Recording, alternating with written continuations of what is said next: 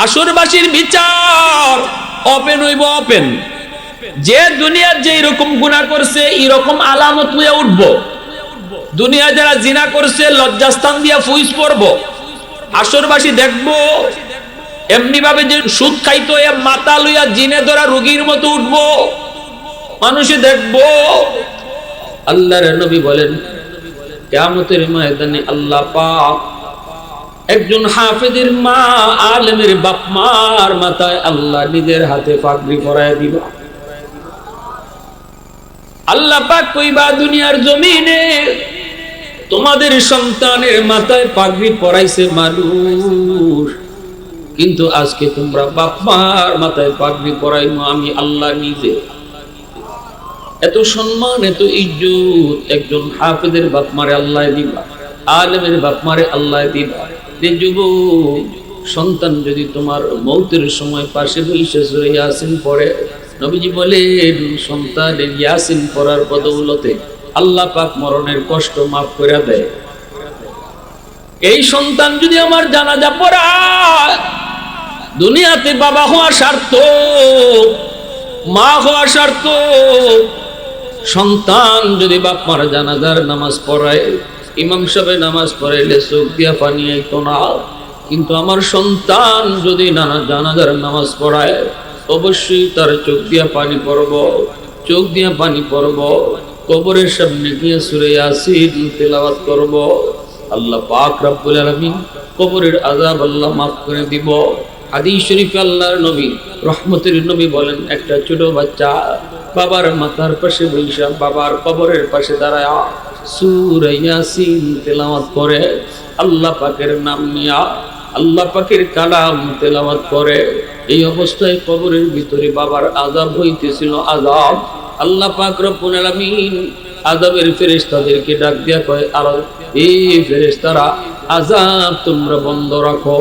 কবরের উপরে তাকে দেখো তার সন্তান আমি আল্লাহকে রহমান রহিম কইয়া কাঁদতেছে। আমি আল্লাহরে অতি দয়ালু, আমি আল্লাহ নাকি অতি দয়ালু, আমি আল্লাহ নাকি অতি মায়াশীল, আমার দয়া মায়ের কোনো কুল কিনারা নাই। ওই যে তার বাবার কবরের পাশে দেখো তার বাচ্চাটা আমি আল্লাহরে এইভাবে অতি দয়ালু মালিক কইয়া ডাকে। যেই বাচ্চায় আমারে দয়ালু মালিক কইয়া ডাক দেয়, তার বাবারে কেমন করে আমি কবরে আযাব দেই। আযাব তোমরা বন্ধ করো, আযাব তোমরা বন্ধ করো। এজন্যই যুবক তোমার আমার সন্তান যদি মাদ্রাসায় পড়ে, যদি হাফেজ হয়, আলেম হয়, এই সন্তানটা শুধু আমার লাগে দামি না, বরং গোটা এলাকার জন্য সে দামি। সে যেই কবরে পার দিয়া আটকে যাইব, এই কবরের আযাবটাও আল্লাহ 40 দিনের লাগে বন্ধ করে দেয়। আওয়াজ দিয়ে কও না সুবহানাল্লাহ, আর জোরে সুবহানাল্লাহ। সে যখন সমাজের মধ্যে এলাকার মধ্যে মাদ্রাসার ছাত্ররা লজিংয়ে যায়, লজিং থেকে আওয়া যাওয়া করে, তার রাস্তার মধ্যে যে বালুকণা পড়ে, পায়ের নিচের বালুকণাগুলি আল্লাহর কাছে দোয়া করে, গাছের পাতাটা আল্লাহর কাছে দোয়া করে, জঙ্গলের বাঘ ভাল্লুকগুলি আল্লাহর কাছে দোয়া করে, এমনকি যত জড় পদার্থ আছে তারাও আল্লাহর কাছে দোয়া করে।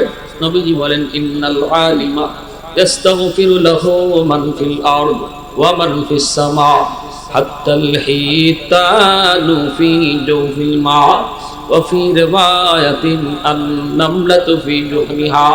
আল্লাহর নবী বলেন উম্মতের দল জানোনি ওই ছোট বাচ্চাটা যে হাফেজ হইতেছে, আলেম হইতেছে, বাপ মায়ের তারে সন্তানরে মাদ্রাসায় দিছে, এই বাচ্চাটার কত দাম তোমরা যদি নাও বুঝো, তোমরা যদি তার দাম নাও বুঝো, গাছের পাতাটায় তার দাম ঠিকই বুঝে, গর্তের পিঁপড়ায় তার দাম ঠিকই বুঝে, পানির নিচের মাছেও তার দাম ঠিকই বুঝে, তার মূল্য বুঝে, তার কদর জানে। এজন্য গাছের পাতায় কই মালিক ওই হাফেজ সাহেবের হায়াত তুমি বাড়ায় দাও। গর্তের পিপিলিকায় কয় মালিক উলামায়ে কেরামের হায়াত তুমি বাড়ায় দাও। সমাজে সমাজে ঘরে ঘরে তুমি হাফেজ কবুল করে নাও। হাদিস শরীফে মুহাদ্দিসিনে কেরাম এই হাদিসের ব্যাখ্যায় লিখেন, কারণ হলো গাছের পাতায় জানে, গর্তের পিঁপড়ায় জানে, পানির নিচের মাছেও জানে, সমাজের ভিতরে জমিনের উপরে যতদিন আল্লাহর কোরআনের তালিম থাকবো, যতদিন হাফিজ থাকবো, আলেম থাকবো, মানুষ কোরআন শিখবো, কোরআন শিখাইব, ততদিন পর্যন্ত আল্লাহ জমিনকে আযাব গজব থেকে আল্লাহ বাঁচায় রাখবো। এই জমিনের মানুষকে আল্লাহ পাক থাকা খাওয়ার সুযোগ দিব। জমিনের মানুষে আল্লাহ পাক রব্বুল আলামিন সুস্থতার নিয়ামত দিয়া বাঁচায় রাখবো। সূর্য তাকে আলো দিবে, আকাশ থেকে বৃষ্টি নাজিল হবে, জমিন থেকে ফসল হবে, নদী থেকে মাছ মিলবে, গাছ থেকে ফুল হবে, ফল হবে। 4 মিনিট টিকে থাকবে, মেম্বারে টিকে থাকবে, এমপির এমপিগিরি টিকে থাকবে, জমিদারের জমি টিকে থাকবে, ব্যবসায়ীর ব্যবসা প্রতিষ্ঠান টিকে থাকবে যদি জমিনে কোরআনের শিক্ষা থাকে। আল্লাহু আকবার জোরে।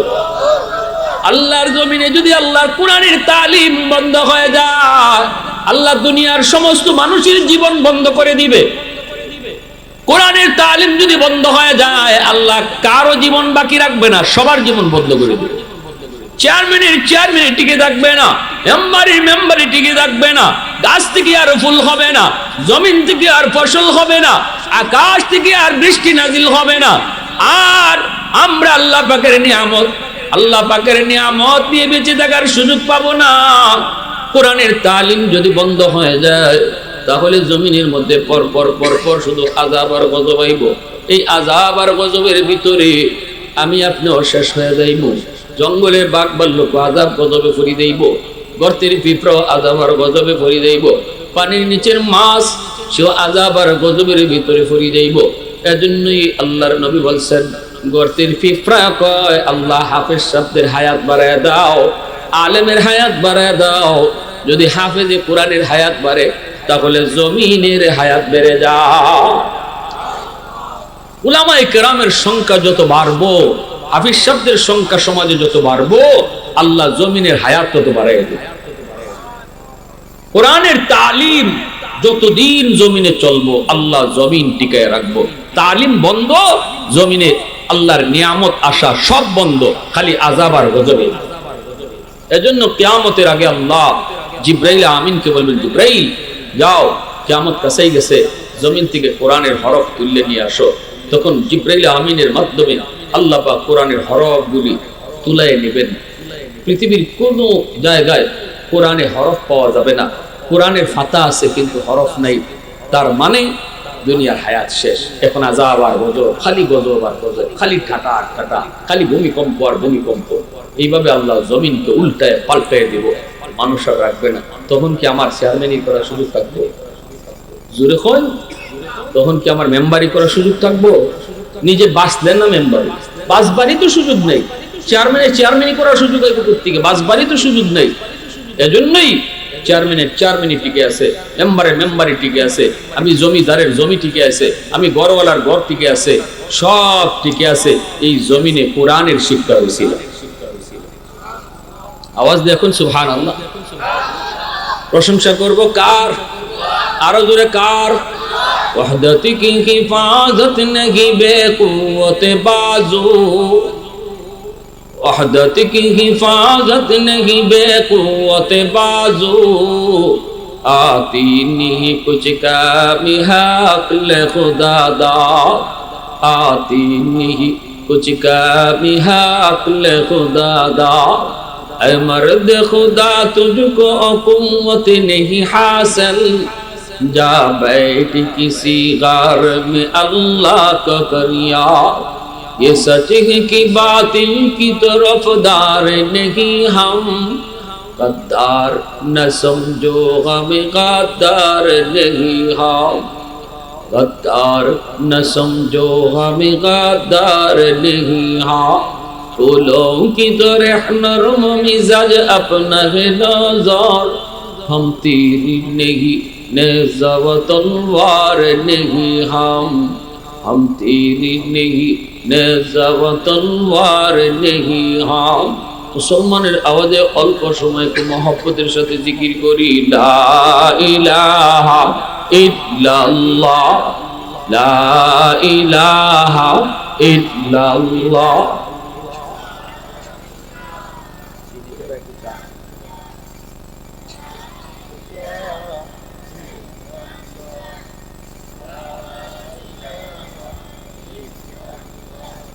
লা ইলাহা ইল্লাল্লাহ।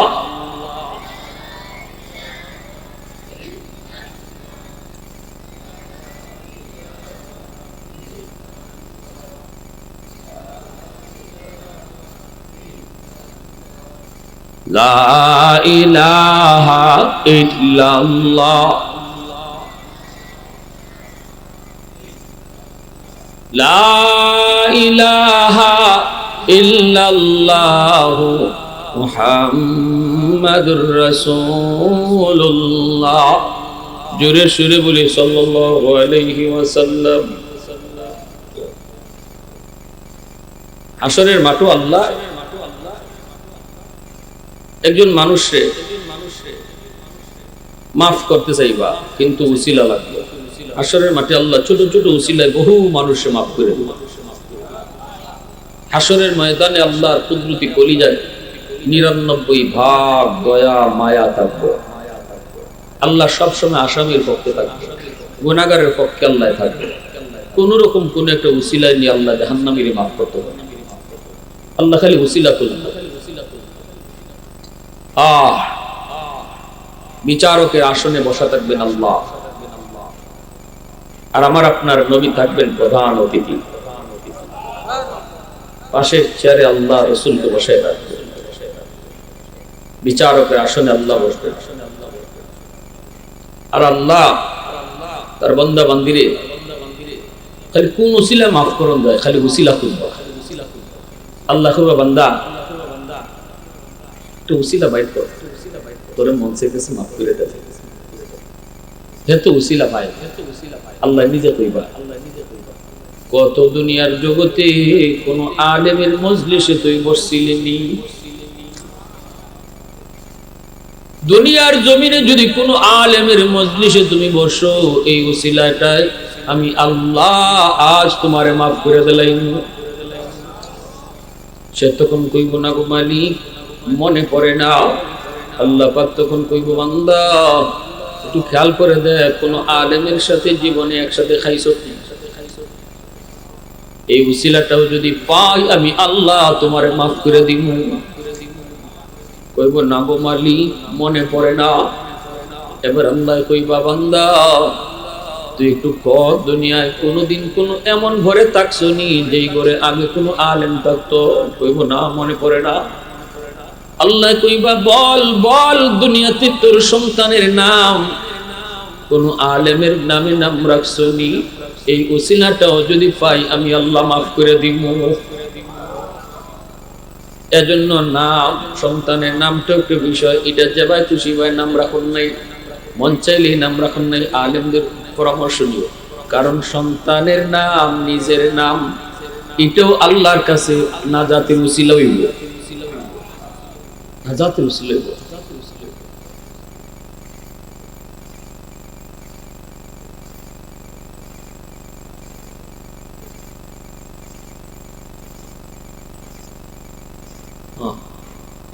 তাইলে নাম নাম টাম যে রাখি আমরা, এগুলা গুরুত্ব আসেনি না নাই?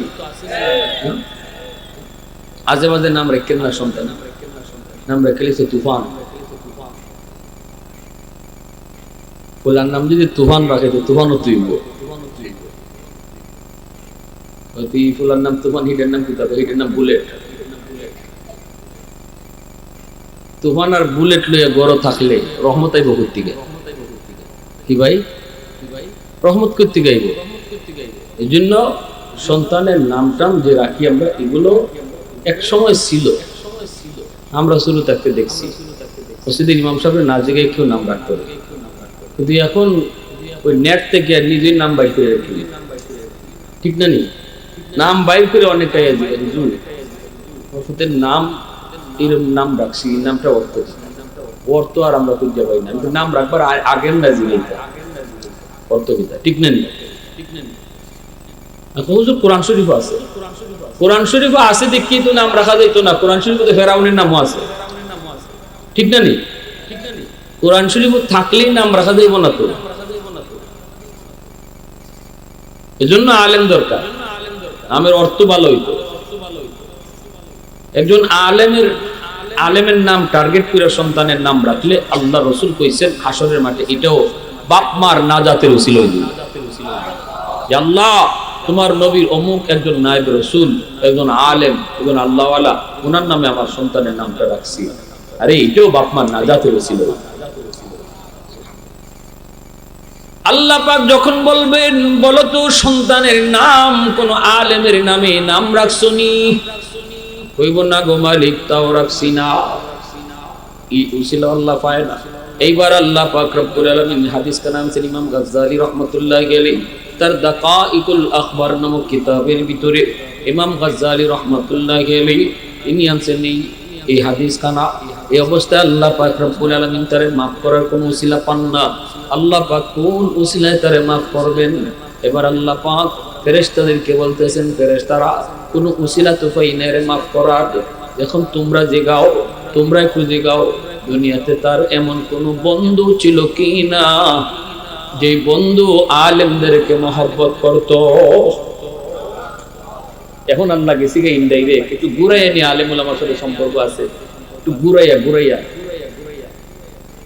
তখনই কইব মালিক মনে পড়েছে দুনিয়ার জমিনে আমার একজন বন্ধু ছিল, আমার ওই বন্ধু আলেম ওলামাকে মহব্বত করত, আমার ওই বন্ধু ওই যে উমারগাঁও মাদ্রাসায় আওয়া যাওয়া করতো, ছাত্র উস্তাদের খোঁজ খবর নিত, মাদ্রাসায় কি লাগবো না লাগবো এটা খবর নিত, আমার ওই বন্ধু আমার কাছে গল্প শোনাইতো, মাদ্রাসায় যদি কিছু দরকার হয় চাউল ডাউল আমারে শোনাইতো, আর কইতো দোস্ত চল আমরা একটু দেখি অমুকের কাছে যাই, যে দেখি তার কাছে নি কিছু পাই, মাদ্রাসার ছাত্ররা না খেয়ে আছে, এরা তো নবীর মেহমান, নবীর মেহমান, আমার নবীর মেহমানরা যদি না খায় থাকি আর আমরা যদি পেট ভরে খাই কিয়ামতের ময়দানে নবীর সামনে মুখ দেখামু কেমনে?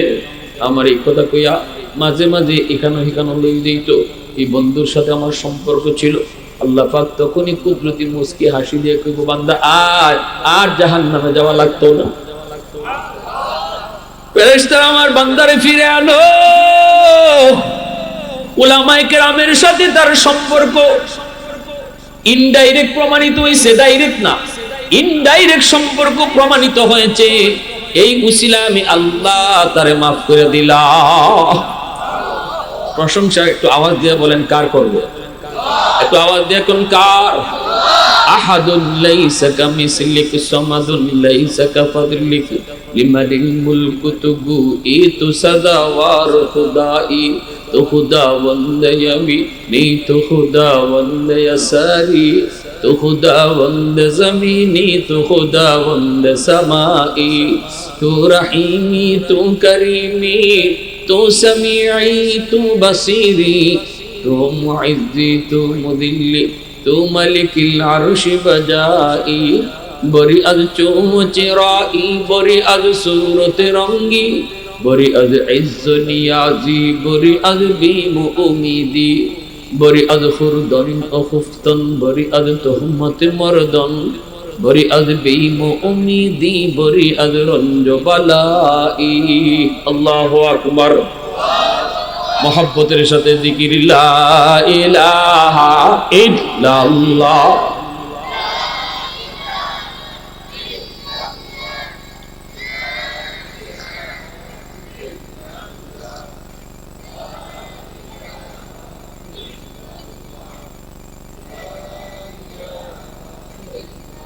আরো জোরে লা ইলাহা ইল্লাল্লাহ।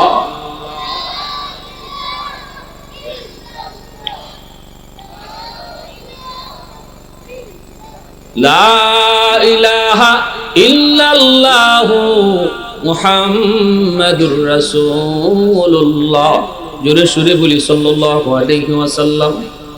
তাহলে আজকে এই আলেমদের মজলিসে আমরা যারা আইলাম বইলাম, এই আশা বসাটাও হাশরের ময়দানে নাজাতের উসিলা হবে, ঠিক কিনা? জোরে করে আল্লাহ পাক একজন বান্দারে কইব বান্দা বারবার পিছনে চাও কেন? তোমার তো ফয়সালা হইছে জাহান্নাম, পিছনে চাও কেন? কইব মালিক আমি তোমারে বারবার চায়া চায়া দেখতাছি।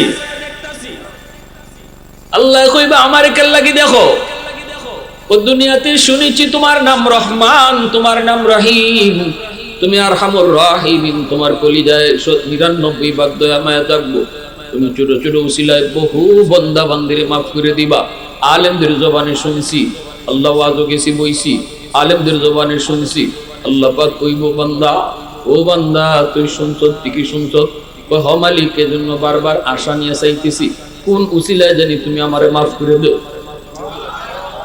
জাহান্নামের দিকে যায়, ফেরেশতা তারে দইরা লইয়া যায়, আত বেরি লাগে তারে লইয়া যায়, কিন্তু বারবার আল্লাহর ফয়সালা। এবার আল্লাহ পাক কইবা আমার বান্দারে ফিরায় আনো। আল্লাহু আকবার, জোরে কও। আল্লাহ এবার কইব বান্দা, ওই যে উমায়ের গাওয়ার মাহফিলে তোরে বসা দেখা যায়, কেন গেছলি ক? কইব মালিক গেছলাম তোমারে খুশি করার লাগি, দুনিয়ার কোনো মানুষে খুশি করার লাগি না, একমাত্র তোমারে খুশি করার লাগি গেছলাম। আল্লাহ কইব বান্দা তোর কথাটা আমার বড় ভালো লাগছে, আমি আল্লাহ তোর উপর খুশি হয়ে গেছি। আয় আমার আদত হচ্ছে মাফ করে দেওয়া, কিন্তু আমার নিজাম হচ্ছে উসিলা ছাড়া মাফ করি না। ওই দিনে মাহফিলে বসা কি উসিলা বানায় আমি আল্লাহ কাউর কোনো পরোয়া না কইরা তোরে মাফ করে দিলাম। আল্লাহ যদি হাসরের ময়দানে আজকের এই মাহফিলে বসাকে উসিলা বানায় মাফ করে দেয়, তাহলে কারো কাছে আল্লাহর জবাব দেওয়া লাগবে নি? কারো কাছে আল্লাহর জবাব দেওয়া লাগবে নি? কারো কাছে জবাব দেওয়া লাগতো না। এজন্য ইমাম গাজ্জালী রহমাতুল্লাহি আলাইহি কইছেন, আল্লাহ পাক হাসরের ময়দানে উলামায়ে কেরামের সাথে কোনো না কোনো সুরতে সম্পর্ক যদি থাকে, আল্লাহ এই উসিলায় বহু মানুষে মাফ করে দিব। কি জাত বড় আলিম আসলা ইমাম গাজ্জালী রহমাতুল্লাহি আলাইহি, কি জাত বড় আলিম। এক আল্লাহর ওলি স্বপ্নে দেখুন হাসরের ময়দান কায়েম হয়ে গেছে গিয়া, আর মুসা নবী আমার আপনার নবীরে জিগাইতেছেন, ওগো নবী আপনি নাকি কইছেন ই কথা যে উলামা ও উম্মতি কা আম্বিয়ায়ে বনি ইসরাইল, আমার উম্মতের আলিমরা বনি ইসরাইলের নবীদের সমান। আমার আপনার নবী কথা কইছেন, কেন কইছেন এটা মুসা নবী জিগাইতেছেন, কারণ মুসা নবী তো বনি ইসরাইলের নবী নেন, বনি ইসরাইলের বড় নবী, জলিলুল কদর নবী, যিনি জমিনে বইয়া আল্লাহর সাথে 4000 বার কথা কইছে। তুর পাহাড়ে গিয়া মুসা নবী আল্লাহর সাথে কথা কইতা কোনানো গিয়া তুর পাহাড়ে গিয়া কথা কই। এই মুসা নবী খুব রাগী নবী। আবার মুসা নবী নরম নবী না রাগী নবী? খুব রাগী, খুব রাগী। মুসা নবী আমার আপনার নবীরে জিগাইতেছেন, যদি আমার আপনার নবী শান মান সকল নবীর চেয়ে বেশি, মর্যাদা সব নবীর চেয়ে বেশি, কারণ জান্নাতে আমার আপনার নবী না ঢোকা পর্যন্ত আদম নবীও জান্নাতে ঢুকতে পারতেন, এত মর্যাদা আল্লাহ আমার আপনার নবীরে দিয়েছেন। কিন্তু এরপরেও তো আগে আইছেন তারা দুনিয়ায়, এই হিসাবে মুসা নবী আমার আপনার নবীরে জিগাইতেছেন, নবী গো আপনি বলি কথা কইছেন আপনার উম্মতের আলিমরা আমরা বনি ইসরাইলের নবী সমান, নবীজি কথা কইছি।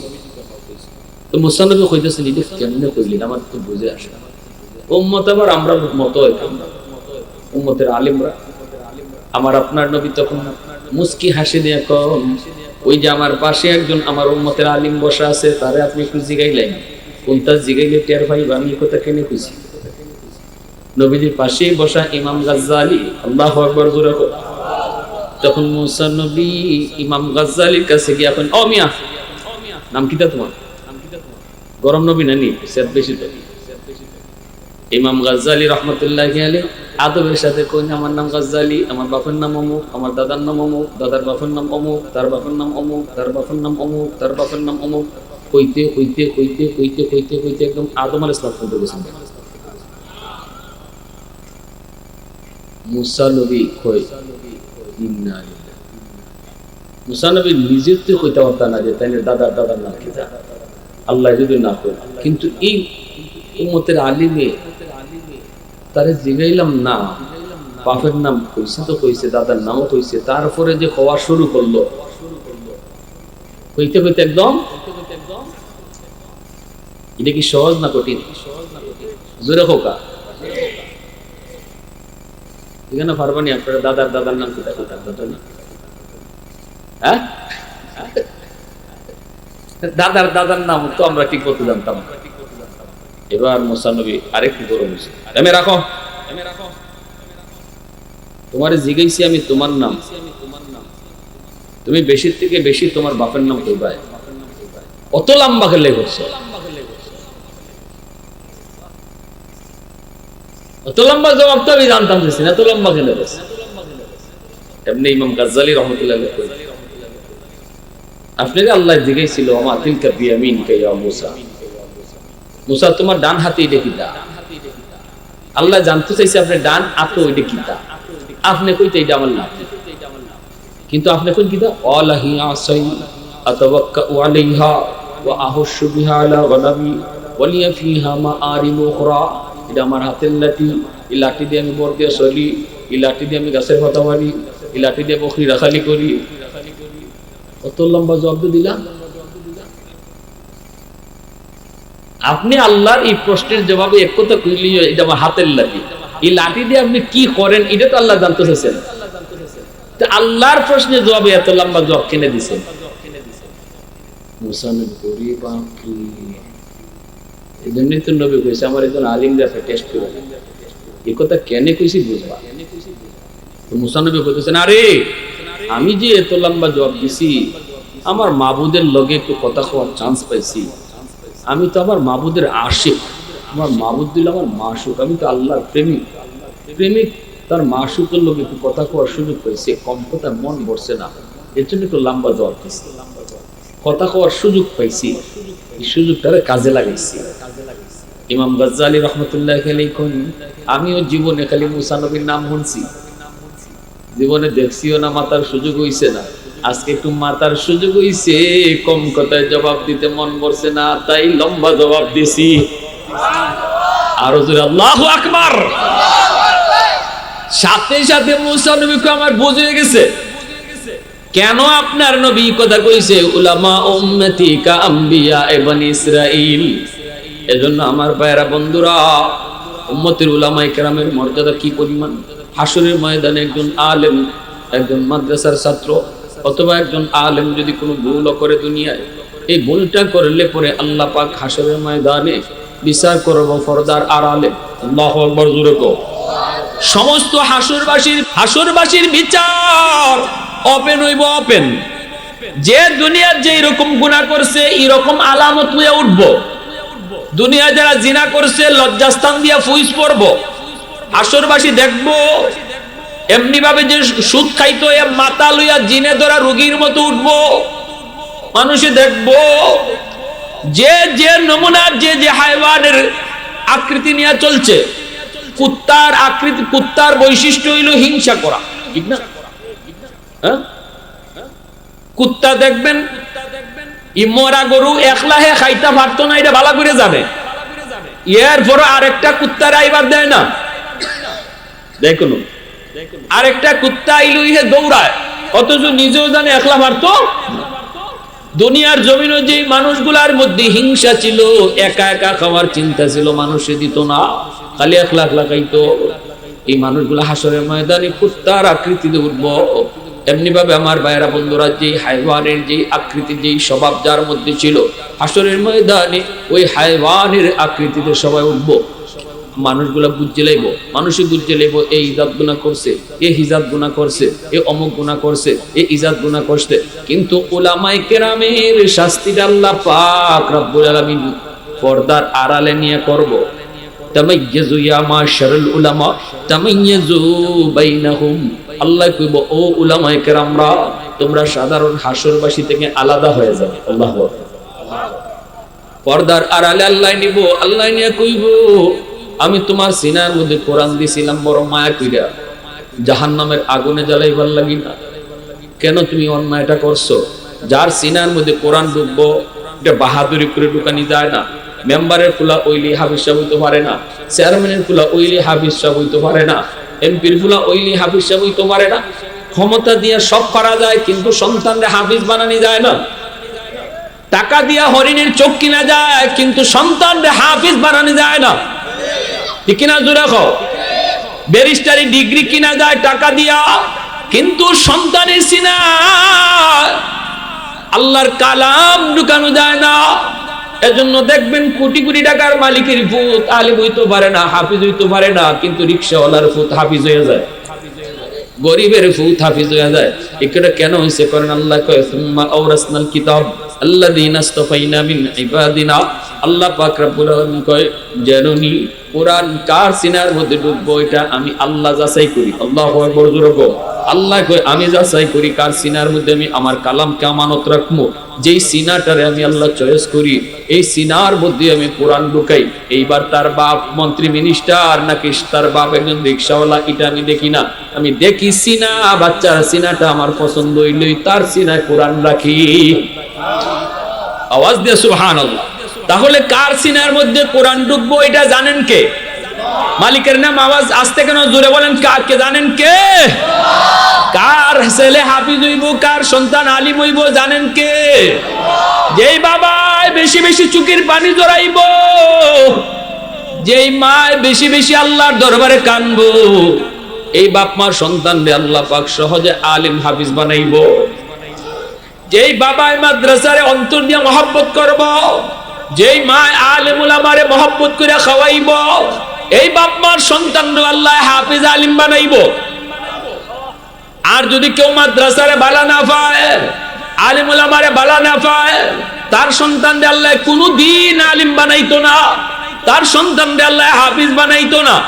সন্তান যদি হাফিজ আলিম বানাইতে হয় আল্লাহর হাতে যদি মুকুট পরন লাগে, যেই মালিক তোমারে আমারে নিজের হাতে পাগড়ি পরাইব, ওই পাগড়ি যদি বাবা হিসাবে মাথাত নিতে হয়, মা হিসাবে মাথাত নিতে হয়, তাহলে আলেম উলামাদেরকে দিল থেকে মহব্বত করো। মহব্বত যত বেশি করবো আমার সন্তানরা আল্লাহ তত সহজে আলিম বানাইব, হাফিজ বানাইব, তত সহজে আল্লাহ আলিম বানাইব, হাফিজ বানাইব। এজন্য আল্লাহ পাক রব্বুল আলামিন কইব দুনিয়ার জমিনে এই মানুষগুলারে আমি আল্লাহ হাফিজ বানাইছি, আলিম বানাইছি, যে আমার একান্তই দয়া, যে আমি আল্লাহর একান্তই দয়া। এটা তার নিজের কোনো চেষ্টা না, এটা আমার একান্ত দয়া। বাপ মার চোখের পানি আর বাপ মার দিলের দিকে আলেমদের মহব্বত, এই জিনিসটা দেখে আমি আল্লাহ সন্তানরে আলিম বানাইছি। আমার আব্বা আম্মা যে আমার আলিম বানাইছেন, আমার আব্বা আম্মা কিন্তু আলিম না, আমার আব্বা কিন্তু আলিম না, জেনারেল শিক্ষিত মানুষ, সরকারি চাকরিজীবী, সরকারি ডাক্তার, কিন্তু দিল থেকে উলামায়ে কেরামকে আম্মা আব্বাই মহব্বত করতা। আলেম উলামাদেরকে মহব্বত করতা দিল থেকে। আমার আম্মা কোনো আলেম উলামারে খাওয়ানোর কথা কইলে একদম খুশিতে পাগল হই। এই মহব্বতটার খাতিরে আল্লাহ পাক কোরআনের জ্ঞান হয়তো দয়া করে আমার সিনায় দিয়েছে। আপনারাও যদি চান যে সন্তান হাফিজিত আলিম হইতো, হাসরের মাঠে আল্লাহর হাতে পাগড়ি করতা, হাসরের বাসী দেখতো যে আল্লাহ কি জাত সম্মান আপনারে দিছে, তাইলে সন্তান হাফিজ বানাইতে হইলে, নিয়ত করতে হইলে আগে মাদ্রাসার প্রতি, আলেমদের প্রতি, মাদ্রাসা ছাত্রদের প্রতি দিল থেকে মহব্বত জন্মাইতে হইল। তাদের ভুল চোখে ধরন যেত না। একটা ছাত্র যদি ভুল করে নিছে এটা মানুষের কাছে গাইতে হয় না, কারণ মাদ্রাসার ছাত্ররা একটু দুষ্টামি বেশি করে। কেন লাগি করে বলছেন? কারণ হইলো শয়তান স্কুলের ছাত্রীর পিছে অত সময় দেয় না, মাদ্রাসার ছাত্রীর পিছনে যত সময় লাগে থাকে। একটা স্কুলের ছাত্রের নিয়ে শয়তানের অত টেনশন নেই, কারণ হে ডাক্তার হইব, ইঞ্জিনিয়ার হইব, প্রফেসর হইব, এরপরে যাও এবার ও শয়তানের অত টেনশন নেই। কিন্তু শয়তানের বেশি টেনশন হইলো এ যে লাইনে আটকাছে, এ যদি হাফিজ হয়ে যায়, এ যদি আলিম হয়ে যায়, এ তো আরো 5 জন আলিম বানাইব, এ আরো 5 জন হাফিজ বানাইব। শয়তানের লাগে এটা হইলো জ্বালা, ঠিক না নি? এজন্য শয়তানের চায় একটা মাদ্রাসার ছাত্ররে সহজেই মাদ্রাসার লাইন থেকে হরাইতো। এজন্য এই ছাত্রের পিছনে 24 ঘন্টা লাগে তাদের। আর এই জন্য মাদ্রাসার ছাত্ররা একটু সুযোগ পাইলে লজিমও যাইতেছে, নাহলে মাদ্রাসায় তা দিয়েছে, দেখবেন জেতা ভাই তারে লাগতে গাছের পাতা সিরিলায় আরেকজন একটা সিমটি মেরে পড়ে। বিশেষ করে হাফিজ সাহেব যারা হয়, হিফজখানায় যারা পড়ে, এরা তো কম দিনে হাফিজ হয়ে যায়। এটা শয়তানের শরীরে বেশি আগুন, বেশি জ্বালা। এজন্য হিফজের ছাত্ররা এরা সারাদিন আল্লাহর কোরআন হিফজ করে। যে টাইমটাতে নামাজও যাওয়ার সুযোগ পায়, এই টাইমটাতে এরা মনে হয় জেল থেকে ছুটি পাইছে। জেল থেকে ছুটি পাইছে। মসজিদও যাওয়ার সময় দেখা যায় কিলাকিলি ঘুষাঘুষি শুরু হয়ে যায়। এই যে মাদ্রাসা ছাত্র একটু দুষ্টামি বেশি করে, এটা আমরা এই দৃষ্টিতে দেখতাম। যদি দেখি যে এটা বেশি গুরুতর, এটা মানুষের কাছে না কইয়া আইয়া মাদ্রাসা হুজুরের কাছে খানে কইলিতাম, হুজুর মাদ্রাসা ছাত্ররা ইরম করে, তাইলে হুজুর এটাকে সংশোধন করে নিবা। আমি রাস্তাঘাটও কইতাম না, দোকানো ঘাটও কইতাম না, কইলে মানুষের মাদ্রাসার প্রতি, আলেমদের প্রতি বদগুমান নিব, ঠিক না নি? আর একটা বাবা নিয়োগ করছিল ছেলেরে হাফিজ বানাইতো, কিন্তু আমি এই বদনামটা গাওয়ায়, আমার বদনামটা শোনায়, সে নিয়োগ পাল্টে দিয়েছে, দূর তিয়ার মাদ্রাসা করাইতাম না, খোলাফানিতে বেশি শয়তানি করে। এই যে বাবার নিয়োগটা বদলাইছে, আমার এই মন্দ কথা শোনার কারণে এর দায়ভার আসরের মাঠে আমার দিতে হবে, ঠিক আছে? এজন্য সুন্দর সমাধান হইল মাদ্রাসা তাওয়া, আইয়া কয়ে যাওয়া, কি করা হইয়া আমার ভাই। তো এইদিকে কি হইলো, আল্লাহ পাক হাসরের ময়দানে দেখেন, আমি একজন আলেমের ভুল যদি হজম করতাম না পারি, আল্লাহ কেমনে হজম করতেছেন? আল্লাহ হজম করে লিছেন, আল্লাহর ফরদাত আড়ালে নিছেন গে দুষ্টারে, কিন্তু আমি ফরদাত নিতাম পারছি না, ঠিক না নি? আমি একজন আলিমের দোষ পাইলে এটা 10 জনকে জানাই দিতেছি, কিন্তু আল্লাহ কিন্তু হাসরের মাঠে আলিমের দোষটাকে গোপন করে রাখতেছেন। সুবহানাল্লাহ, জোরে কোন পর্দার আড়াল নিয়ে আল্লাহ জিগাইতেছেন, ইন্নী লাম আদাফিকুম ইলমি লিউআযিবাকুম, আমি আল্লাহ তোমার সিনার মধ্যে কোরআনের নূর জাহান্নামের আগুনে জ্বালাইবার লাগি দিছি না, তোমার সিনাটার আমি আল্লাহ চয়েস করছি আমার কোরআনের জন্য জাহান্নামে জ্বালাইবার লাগি না। কেন তুমি এই ভুলটা করছো? কেন তুমি এই অন্যায় করছো? কেন তুমি গুনাহটা করছো? তখন নবীজি বলেন, হাদিসে কুদসি এটা, তখন এই আলেম পর্দার ভিতরে কইব, মালিক ভুল হয়ে গেছে, আল্লাহ তুমি মাফ করে দিলাও, আল্লাহ ভুল হয়ে গেছে, মাফ করে দিলাও, তোমার কোরআনের ইজ্জতের খাতিরে মাফ করে দিলাও, তোমার নবীর হাদিসের ইজ্জতের খাতিরে মাফ করে দিলাও। তখন আল্লাহ পাকের মায়া লাগি যাইব, আল্লাহ কইব, বান্দা যা, আমি তোরে মাফ করে দিলাম, ইযহাবু ফাকাদ গাফারতু লাকুম ওয়ালা উবালি, যাও আমি তোমারে মাফ করে দিলাম, কেউ জানলো না, কেউ দেখলো না, আর আমি কারো কোনো পরোয়াও করলাম না। হাসরের ময়দানে মানুষগুলা দেখবেও না একজন আলেমরে আল্লাহ কোন দোষে দোষী বানাইছে, আলেমে কি দোষ করছে, আর হাসরের ময়দানে কোনো মানুষ দেখতো না, শুনতো না। আল্লাহু আকবার, জোরে কর, দেখতো না, শুনতো না। পর্দার ভিতরে আল্লাহ পাক জিগাই জিগাই আবার মাফও করে দিলেই। আল্লাহু আকবার, জোরে কর। তাহলে আমি যদি, আল্লাহ যদি পর্দার আড়াল নিতে পারে, আমি কেন মাদ্রাসার ছাত্র দোষটা পর্দার নিতাম পারলাম না? ঠিক না নি? আল্লাহ যদি হাসরের ময়দানে আমার এই কথা জিগায়, বান্দা আমি দোষটা আড়াল করে রাখতে পারলাম, তুই কেন লেগে পারলে না? তুই যে দোকানও মন্দ কইলে মাদ্রাসা, তুই যে মন্দ কইলে মাদ্রাসার ছাত্র, এতে যে মানুষের মনের ভিতরে মাদ্রাসার প্রতি একটা খারাপ ধারণা ঢুকছে, আর একজন যে নিয়ত পাল্টাইছে, এখন জবাব দে, জবাব আছে আমার? এখন আমার ভাইয়েরা বন্ধুদের জন্য বলতেছিলাম, এলেমের এত মর্যাদা, আমলের চেয়ে এলেমের মর্যাদা বেশি। একজন ভাই সারা রাত ইবাদত করে, আর একজন আলেম নেশার নামাজ পড়ে ঘুমাইছে। আল্লাহ নবীর কথা বলছে, শুনুন, ফাকিহুন ওয়াহিদুন আশাদ্দু আলা শাইতান মিন আলফি আবিদ। একজন আলেম এশার নামাজ পড়ে ঘুমাইছে, ফজরের নামাজের সময় আবার জামাত গেছে। আরেকজন আবেদ আলেম না, ফজর ফিরে তাহাজ্জুদ পড়ছে, আবার এশার নামাজও পড়ছে, ফজরের নামাজও দুইজনই জামাতে পড়ছে। কিন্তু আলেম যে হে ঘুমাইছে, আর আবেদ যে সে নামাজ পড়ছে, আল্লাহর নবী কয় ওই আবেদের নামাজ থেকেও আলেমের ঘুমের দাম বেশি। সুবহানাল্লাহ, জোরে বলুন। প্রশ্ন করবা, হুজুর কেনে? মুহাদ্দিসিনে কেরাম ব্যাখ্যা লিখছেন, আলেমের ঘুম, এটার অর্থ হইল, আলেম যদি এই সময় ঘুমায়, ঘুমের পরে যে টাইমটা দেশে উঠবো, উঠলে পরে তার শরীরটা সতেজ থাকবো, ব্রেন মস্তিষ্ক সুস্থ থাকবো, তার ঘুমটা ঘুমাইতেছে যেন সে সুস্থ হইয়া ঘুম থেকে উঠিয়া আবার কোরআনের তালিম দিতে পারে, আবার যেন কোরআন পড়াইতে পারে, দিন শিখাইতে পারে, মানুষের দিন বুঝাইতে পারে। ওই যে দিন মানুষে শিখাইতো, দিন বুঝাইতো, এটা লাগে ঘুমের দরকার আছে না? এর জন্য আলেমের ঘুমটাও ইবাদত, এটাও ইবাদতের শামিল হয়ে যায়। সে সুস্থ না থাকলে দিন বুঝাইবো কি কইরা, আর একজন ছাত্র বানাইবো কি কইরা?